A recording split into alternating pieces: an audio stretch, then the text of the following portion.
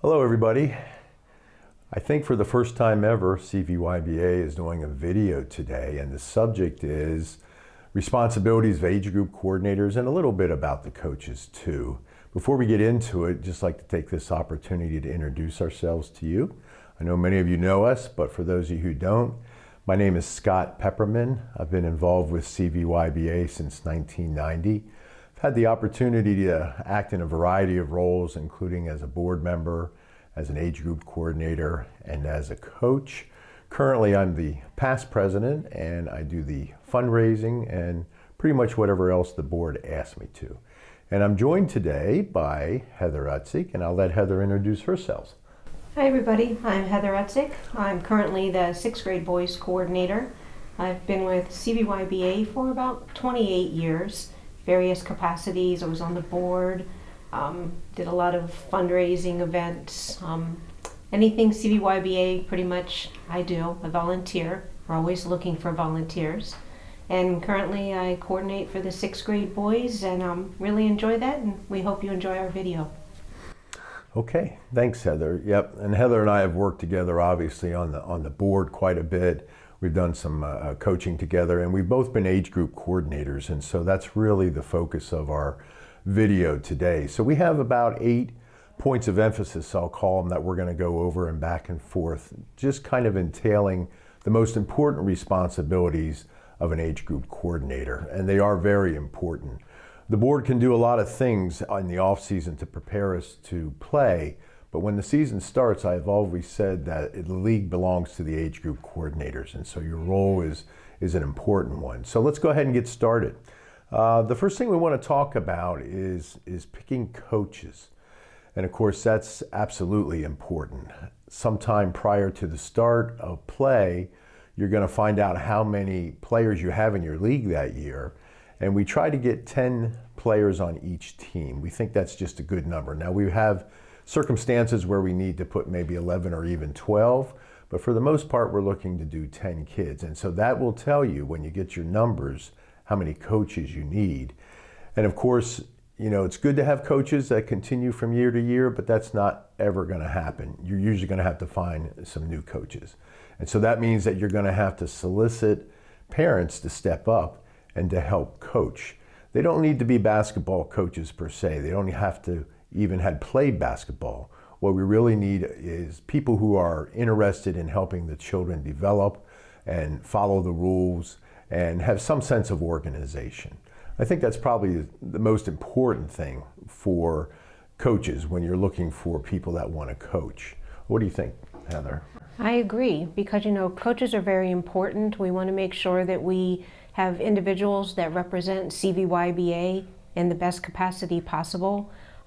We want to have encouragement, positive role models, and then we want to make sure that all of our teams are fair. So when we have our draft, which the coaches will be drafting their team in a blind draft most cases, we want to ensure that every child is placed on a team where they feel comfortable, where they're going to excel as a player and grow. And we need to remember that coaches need to be positive mentors.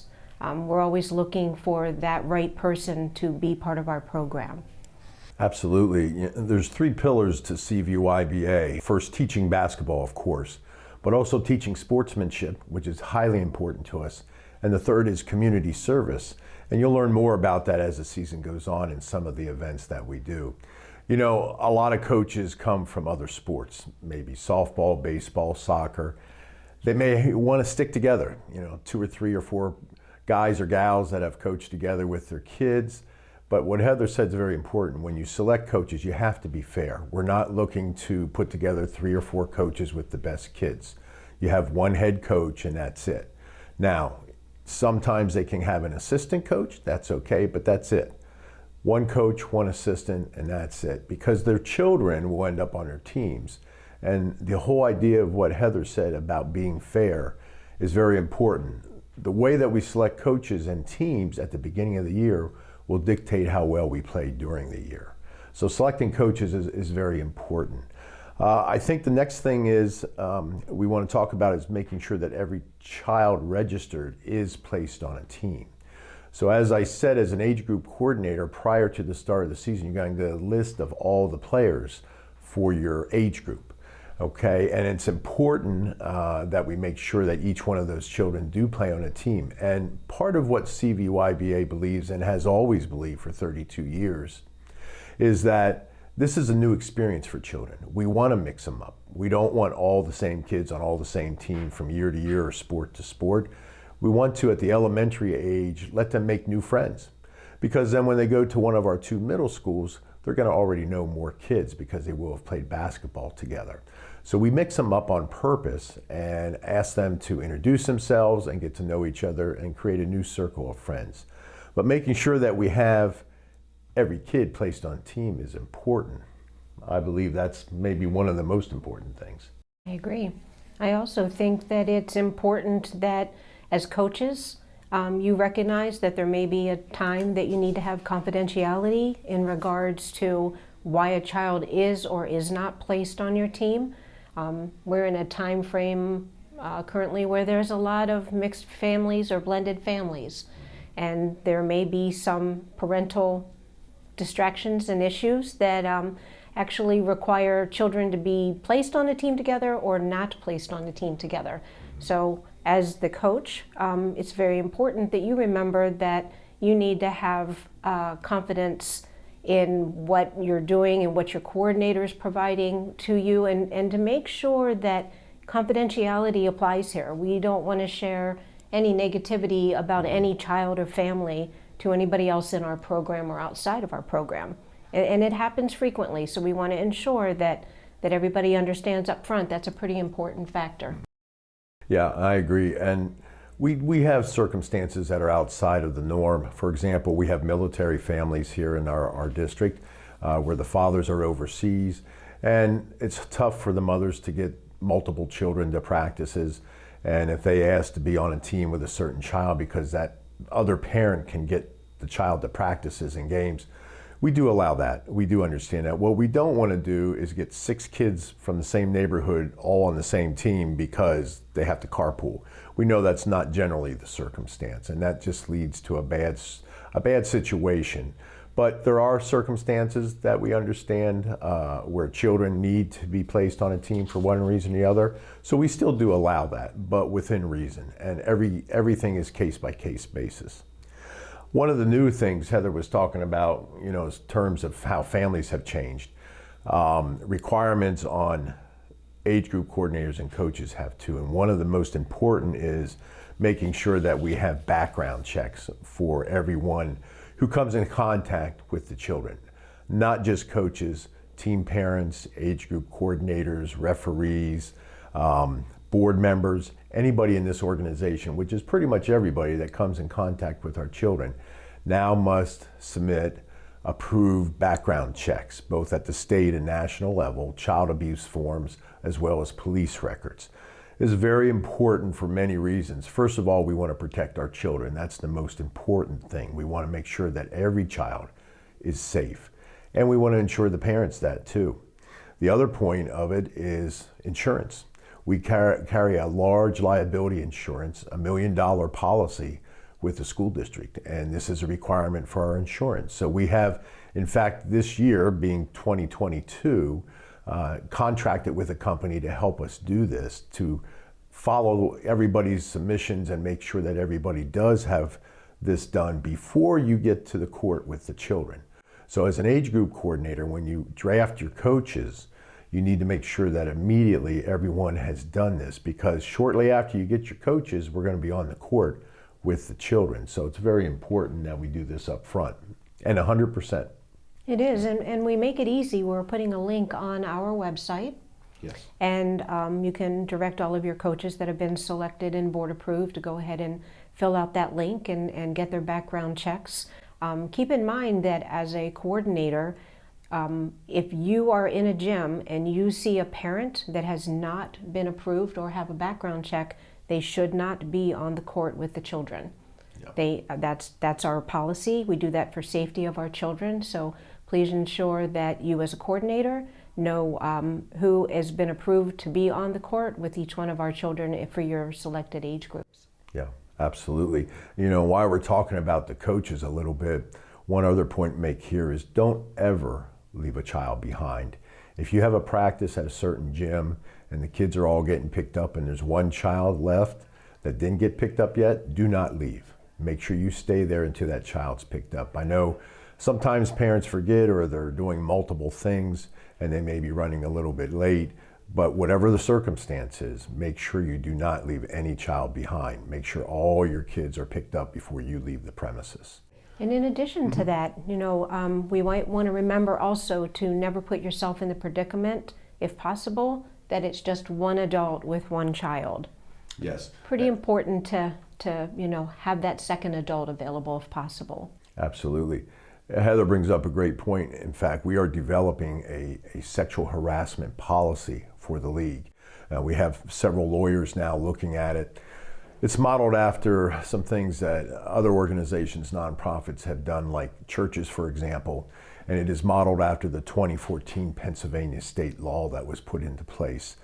One of those clauses in this new policy says that we have a 2-adult rule, meaning that 2 adults need to be present at all times with the children. Now, one of these adults could be roaming, meaning it could be a custodian or a security officer that is going through the building. But it's for the protection of the children and the protection of the adults.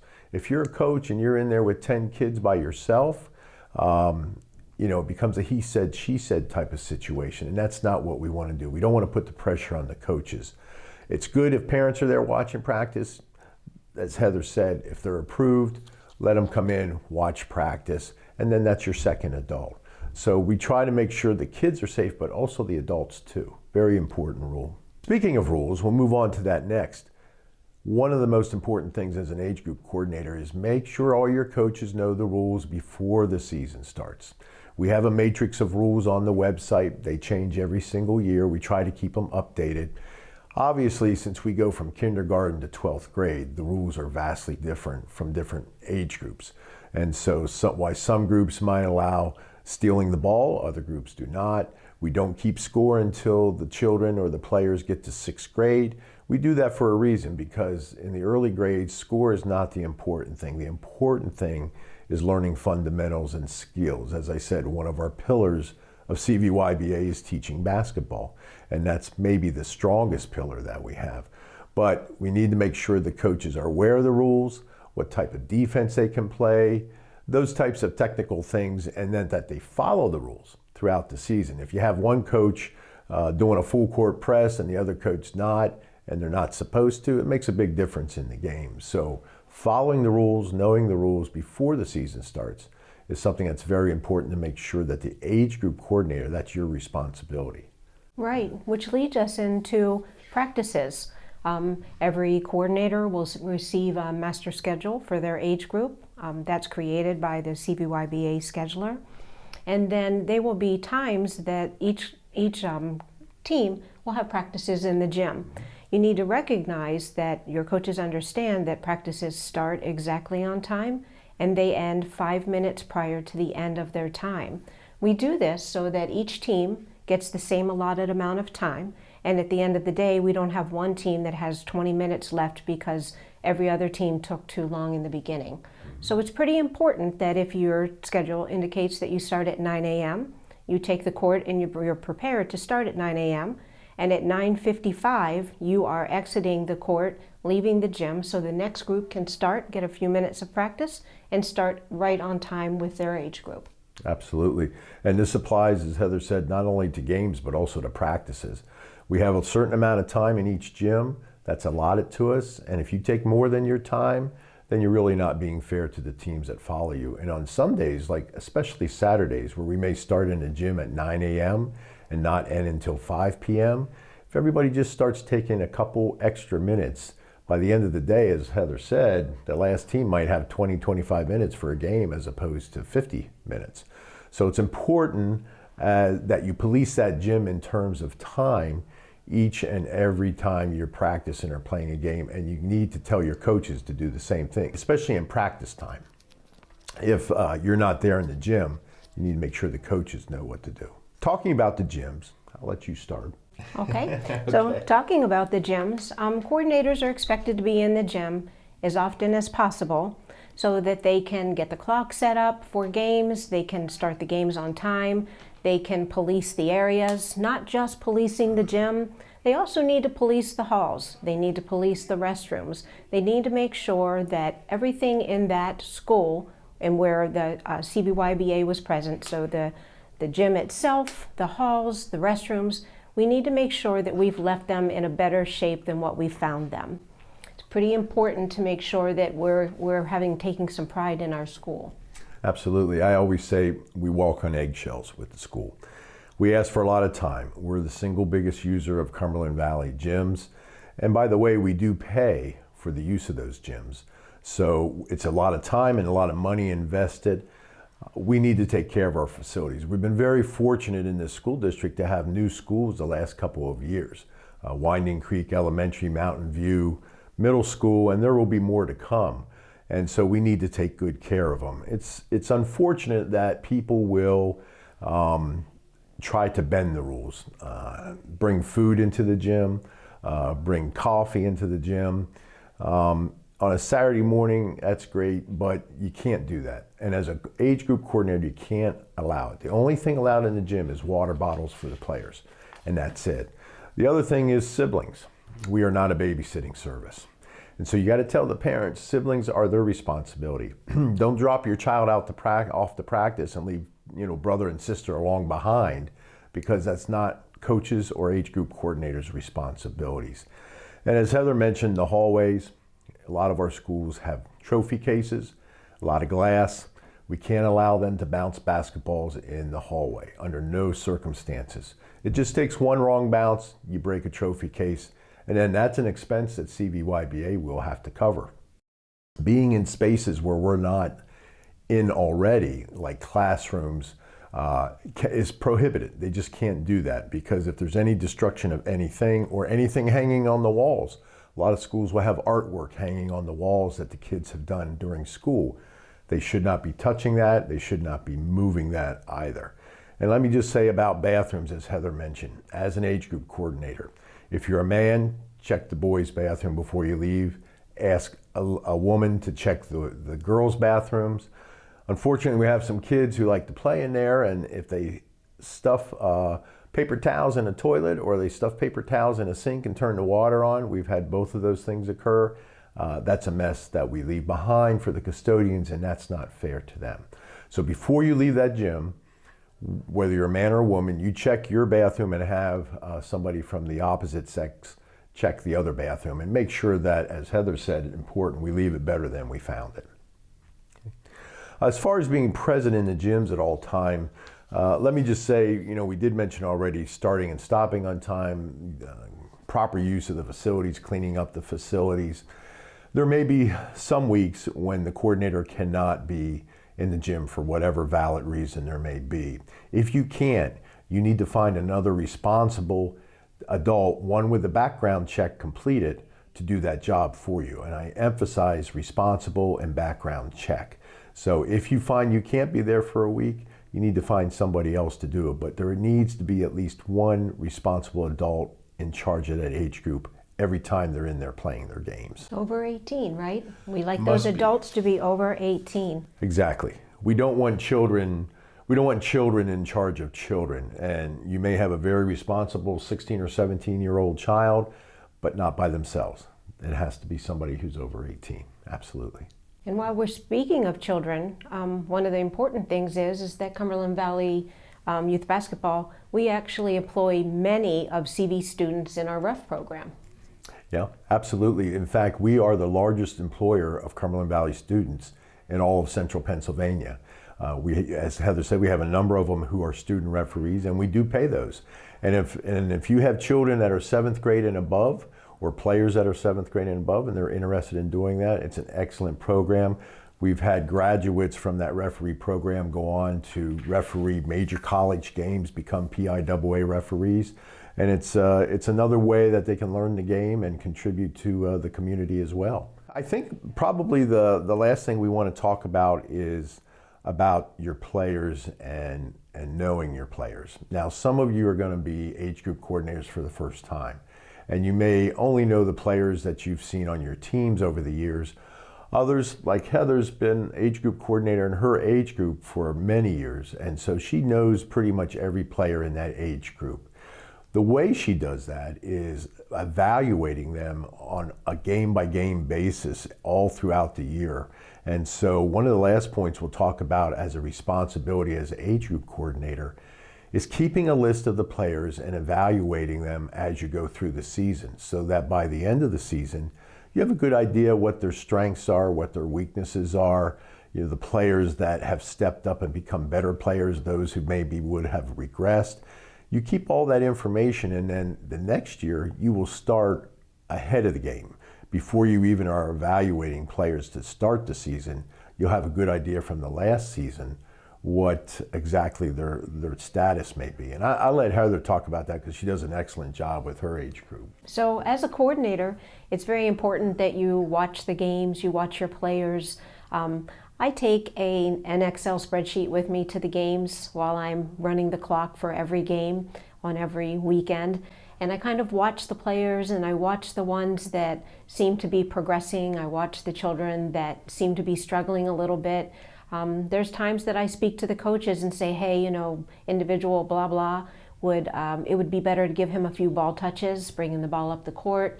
So those are the types of things as a coordinator that I like to do. And then I can make notes about each player. At the end of the season, I have an overall number, a rating of 1 through 5 for each one of the children. I tally out their total. I keep it for myself in hopes that I'll be selected to be the coordinator again for the next year. And I also provide it to the board, because if something happens where I may lose my ratings or I move away and I choose not to be a coordinator, the next age group coordinator coming in to cover my age group has a basis to start with all of the children that had registered and played previously. Yeah, it's a huge help in starting the year if you already have ratings based on last year. And it's a lot to ask for age group coordinator. You may be coaching a team as well, but you need to watch the players and get to know them, all of them, as much as you can, and try to get a fair rating. And we really didn't talk about ratings when it comes to that. This is more along the lines for coaches, but also coordinators. So we have a rating schedule of 1 to 5, as Heather mentioned. 1 being the best of the players, and 5 being those that really need to work on their skills. Did I get that right? Well, yes, that's how I do it. Everybody does it a little different. Little different, yeah. Just so we know. Yeah, and that's how we rate the players. And then this year, the way that the draft is going to go, and I know we're recording this to use in subsequent years, but it could change over the years. The age group coordinators will also be doing the draft by themselves. So you will collect the ratings from your coaches during the rating period, putting that on each player, and then blind draft. You kind of turn over the ratings and you just pick. One team gets a 1, the next team gets a 1, every team gets a 1, and every team may get a couple of 2s, 3s, so that at the end of the day, you add up those numbers. This team has a 1 and 3 2s and 2 3s and 4s and 5s. That number should be as close to the same for every team as possible. The better job we do of evaluating and the better job we do of drafting players will create a better league. You won't have teams that are so dominant that they're just running over. And really one of the most important things in CVYBA that we try to do, and Heather touched on this, is to make sure that we are giving every child a chance to be successful. Some of these children may try out for travel teams, all-star teams if you want to call them that, in the future. Some may play for the schools. Some may never play for the schools. Some may go through all the way to 12th grade just playing recreational basketball. It's more of a social opportunity for them than anything else, and that's great. 90% of our league is recreational basketball. Only the 10% that really want to excel and play at the school level are the ones that play on our travel teams. So we need to try to make sure each child has success. And as Heather mentioned, recommending to coaches that some child brings the ball up, we encourage at the younger levels for each person on the team to dribble the ball up the court as the point guard, if you will, so that they have that opportunity. None of us can predict in the future which children will develop as point guards, which children will develop as post players. So we need to give an opportunity to each one. And so the draft and the evaluations are really key to the success of our season. And that all falls on the age group coordinator. And by the way, as we go through and mention all these responsibilities on the age group coordinator, before you decide to jump out the nearest window, let me just tell you as well that if you sign up to be an age group coordinator, however many children you have playing in the league are free. There is no registration fee. If you have one child, 2 children, 3, it doesn't matter. It's not a lot of money. It's a little bit of incentive that you may want to use to be an age group coordinator. I think we've covered most of the important things, at least what we thought. This is not an all-inclusive list. There may be other questions that you have. I think that when we post this, we'll put some contact information for Heather and I. You can certainly email us, reach out to us, whichever way you can. And if we have said something that's not quite clear to you or missed some important information, let us know. We certainly can do this again and update it as need be. But we hope that what we've done today it gives you a pretty good idea of your responsibilities. We've not said anything that is not important today. So you may want to make some notes when you watch this and just take down the information so you have it handy when you go into the gyms. And again, if you have any questions, Heather and I will both be able to help you out. You want to say anything before we end? Just remember that, volunteers are what make our organization successful, and we're so very thankful that you're considering being a coordinator. Absolutely, yes. Thank you very much. Have a wonderful day.